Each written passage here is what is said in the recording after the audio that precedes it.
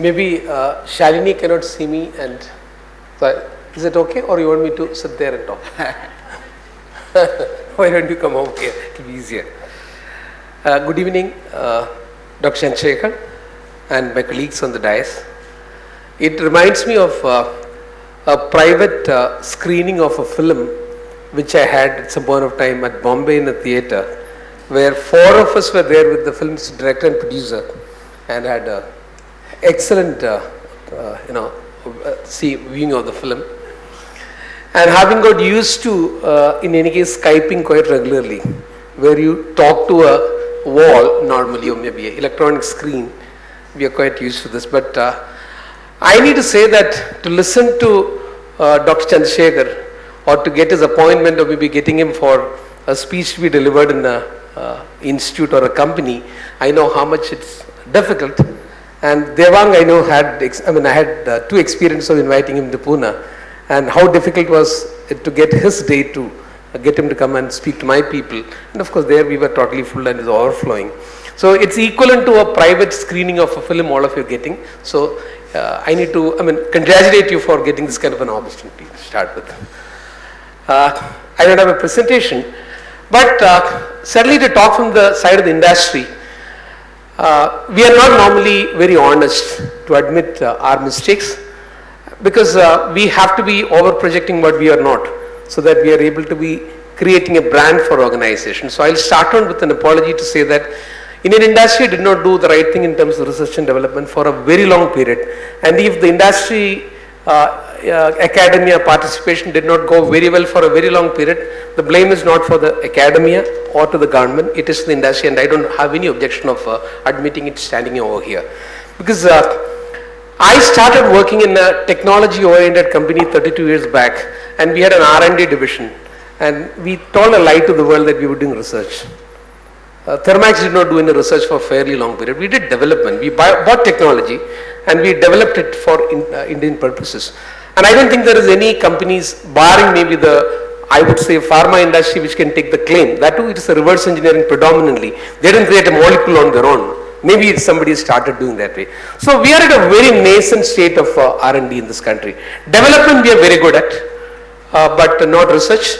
And I don't blame the industry. There's a reason for it, because personal experience of mine itself is that at the turn of the century, this company had a turnover of 500 crores rupees and a profit of 50 crores.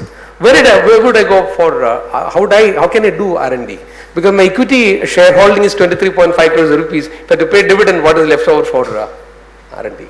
And engineering industry, I know the largest company in this country, BHL, I do know their balance sheet also personally. It is so practical to be. So there's nothing wrong with what has happened, but with the frugal money available, India has created technology. That's what we're going to take pride in the fact. And I'm just passing on my own, just reflecting, sitting over there, my own experience in this organization. 1998, post-Pokhran, India was denied dual-use technologies by the rest of the world. And we were to be expanding the capacity of heavy water production in the country, because that's only can-do reactors that we had in those days in the country before we signed 123 agreement. And for expansion of our heavy water production capacity, we needed certain technologies, and nobody was willing to give it. And BRC decided to approach many Indian companies to do joint development. And 1999-2000, we were approached by Heavy Water Board to create partial condensation technology. And I'm very happy and proud to say that 2.5 years of research between both the government and BRC put together, and Thermax participating in a very strong way. The research was actually done in our company only. We created a patent for it. Today that patent is jointly owned by the government of India and Thermax, and we have been able to expand without anybody's support in this country our Baroda plant and our Tuticorin plant in heavy water expansion. And when there is a need, you don't need money, you only need intellect for it, and that is what is the capability of India. When Dr. Khakkar was talking about the number of patents filed and how the quantum of money being spent, if I were to add on the R&D personnel working of Indian origin in India and in North America and in Europe put together, and the patents which can be accountable to the root of half the work done in Bangalore and balance done in maybe Silicon Valley, I think we are nowhere, anywhere lower. That's my thinking. But we are on the journey, the right journey itself. From there, let me tell you what forced us, and specifically somebody like me, to get into the academia industry participation is something which I would want to narrate. In year 2000, I was given charge of turning around the only loss-making division of Thermax. It is an absorption cooling division which we had technology tie-up from Japan. I will not name the company. And we had a minimum royalty payment to be made to them. In a loss-making company, the only thing I could possibly think about was to go down to Japan, request the president of that very large conglomerate emanating out of Japan to request him and tell him, please, can you postpone the payment of the minimum royalty till such time I become profitable. Excellent meeting we had, a great Japanese dinner we had, but next day in the morning he told me in a very polite, classical Japanese way, without raising the voice, that I'm sorry, you have to pay the minimum royalty. A loss-making business which I was given a charge of turning it around, and I didn't have a choice but to borrow money from the corporate and pay royalty for the next 3 years. When I came back, I was very furious, and I collected a set of my engineers, and we went for a sabbatical for 3 days, and I did tell that I give you exactly 24 months period, that I need to be liberated from the clutches of this collaborator of mine. Will you be able to do that? I can only serve you food and maybe alcohol over here for the next 3 days. But I don't have intellectual capability to be creating technology. You have educated people, excellent engineers from IITs, some of them are still with me. 8, 9 of them are there, and we even had draftsmen. I'm very proud to say that they have taken only 48 hours to make the first design and how to go about with executing the project. And we are out of that today, and I'm very proud to say we are the first company in the world to make a triple effect absorption chiller, which is working in the National Solar Research Center in Delhi for the past year and a half, inaugurated by the Minister for Energy of the country. So if we give a challenge, and I don't know how much money we spend, we could afford it that way. That's the journey we started. But then when we had to be tying up with this, we could somehow manage internally. When we went on with the project of creating technology in 3 different horizons, that's the way we work currently. There are 3 horizons in which we are creating technology: H1, H2 and H3. H1 is where my business is being attacked by my competitors coming from abroad. And I don't have a choice. My carpet is going to be pulled out of below my feet. And I have to create technology which is commercializable within a period of maximum year to 2 years. So we have innovation departments in the various business of the company, and they work overnight and create technology. That is H1. It's a part of the innovation, is a part of that embedded in the business. H2 is where I see an emerging opportunity based on the technologies already available. So creating a product which will meet up with the emerging requirement is a horizon 2, which normally would take a 2 to 3 years time. Earlier it was 5 years, but time is now in short supply. I mean, technologies become obsolete very quick. So you have a run period of maximum 2 to 3 years only with the new technology also in the world. Others will copy it that way. So that's the second part, where we do the development from a research development group as well as the business as a combination.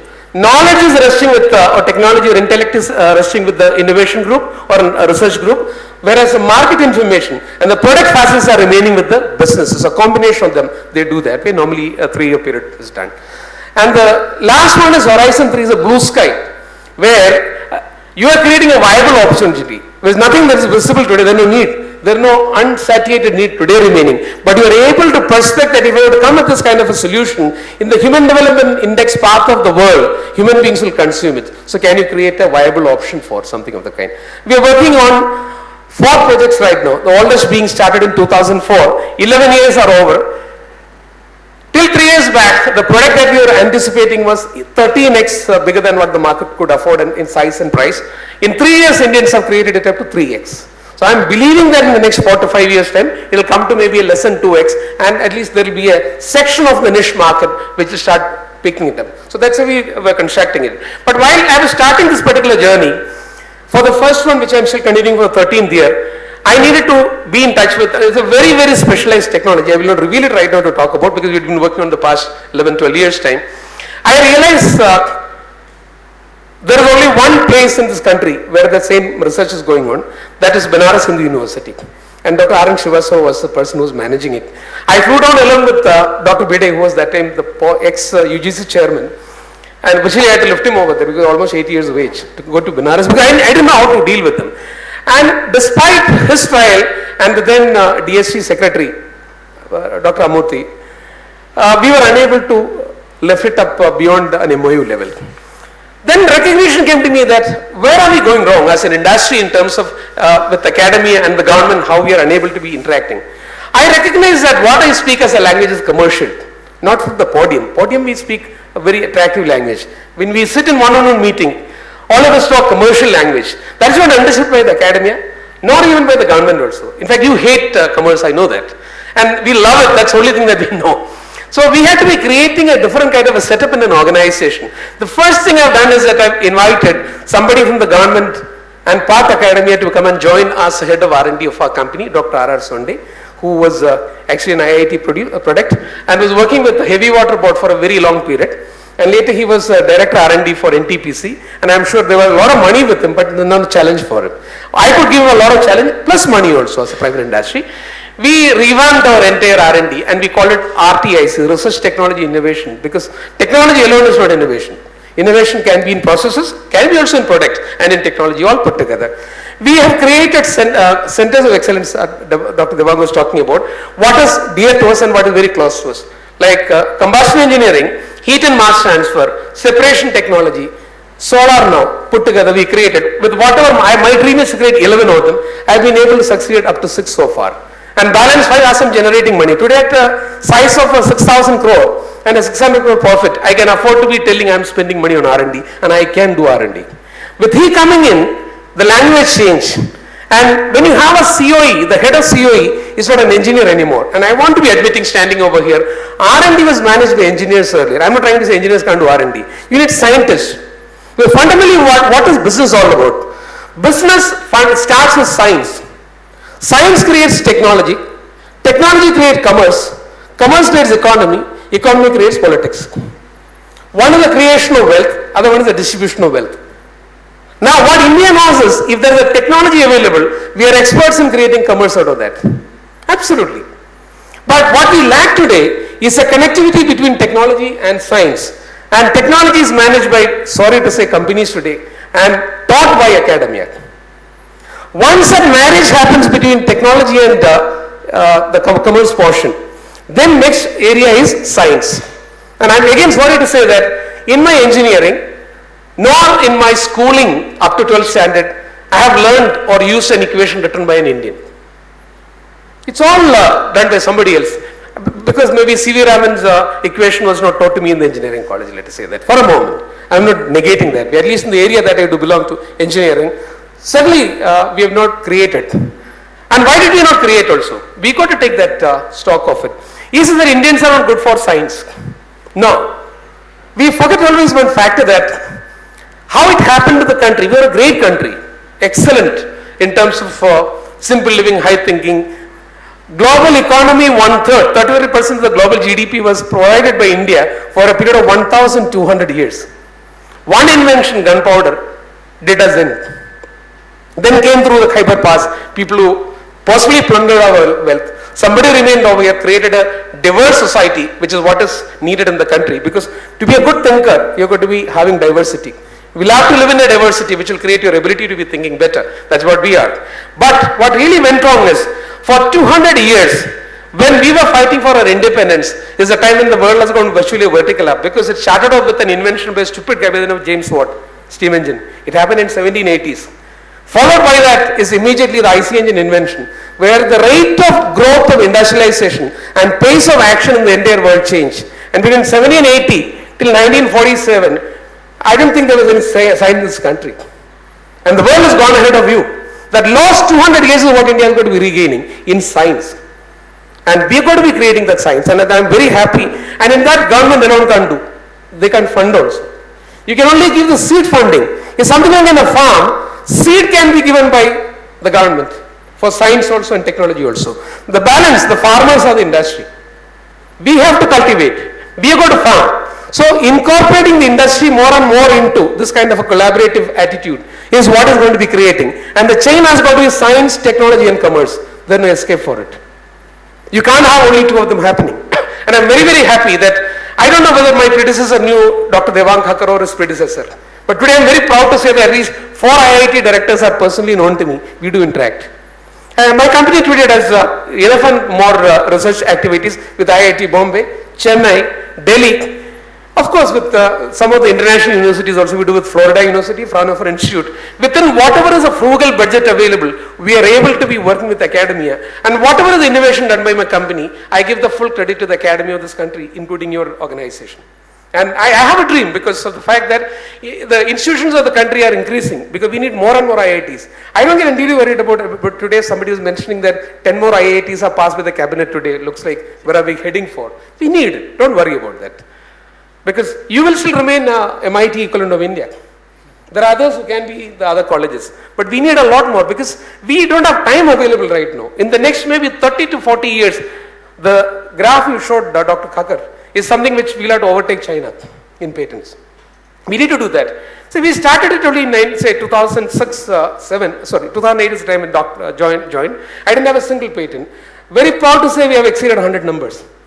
Of that, maybe 57% of them are bookshelf right now, which will come into use only when my future products are ready. 43 of them are already getting into my activity right now. And there are many, I'm not the only company when I talk about Thermaxilon. There are a lot of them doing that way. And we need to do a lot more of this. A lot more of this. Very happy to again another incident because why I'm talking about all of this is you need to be starting with only examples today. Unfortunately, there aren't enough people to be listening to, but at least the people who listen are very important for the country. We have got from the ministry itself, there are 2 people sitting over here. For the nuclear submarine agreement as India signed, why did we go for nuclear submarine? Normal submarines have generate diesel engine as a propulsion machine. And the vibrations of that can be now located even at maybe 3 or 4 kilometers deep into the sea by enemies because the electronics engineering has overtaken everything in the world. You could have a silent propulsion machine. So nuclear reactor, which is created by BARC, along with Larsen Toubro and Godrej, are the 2 companies who participated in making that. But the energy needed for that, for 27 or 30 people to be living in a submarine for a month period, you need approximately 330 kW of electricity, and that is to be created with silent technology. Only a fuel cell could be giving an answer, and Americans won't give you a fuel cell for putting into your thing, and there's no guarantee that that will not be bugged by somebody. So it has to be made by a company in the country. Within DRDO and us, we have been able to create a hydrogen-based POFC for the nuclear submarine, tested for almost 2.5 years, a commercial order received, and the first batch is under manufacturing.